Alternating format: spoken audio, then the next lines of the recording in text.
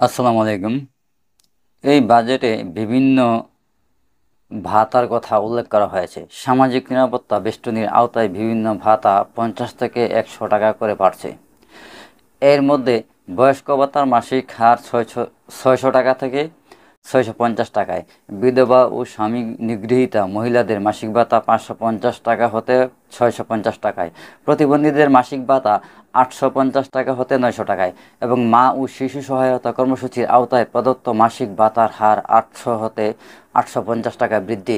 এছাড়া অনগ্রসর জনগোষ্ঠীর জন্য মাসিক ভাতার হার 650 টাকা উন্নীত করার প্রস্তাব ঘোষণা করেছে সালেহউদ্দিন আহমেদ। কিন্তু গার্মেন্টস শ্রমিকদের বার্ষিক বেতন বৃদ্ধির কথা কিন্তু এই বাজেটের কোথাও উল্লেখ করা হয় নাই। যারা দিনরাত অবিরাম পরিশ্রম করে শরীরে রক্ত ঘামে পরিণত করে নির্লসভাবে দেশে বৈদেশিক মুদ্রা আয় করার সুযোগ করে দিচ্ছে, সেই শ্রমিক ভাই বোনদের বেতন বৃদ্ধির প্রস্তাব এই বাজেটে কেন নাই? অর্থ উপদেষ্টা ডক্টর সালেহউদ্দিন আহমেদ, আপনাকে এর জবাব দিতে হবে। আপনি কিন্তু কালো টাকা সাদা করার প্রস্তাবটা এই বাজেটের মধ্যে রেখেছেন 2025 এবং 2026 অর্থ বছরের বাজেট অধিবেশন ঘোষণার সময় আপনি ঘোষণা করে দিয়েছেন, কিন্তু গার্মেন্টস শ্রমিকদের ব্যাপারে কোনো কিছু উল্লেখ করা হয় নাই কেন?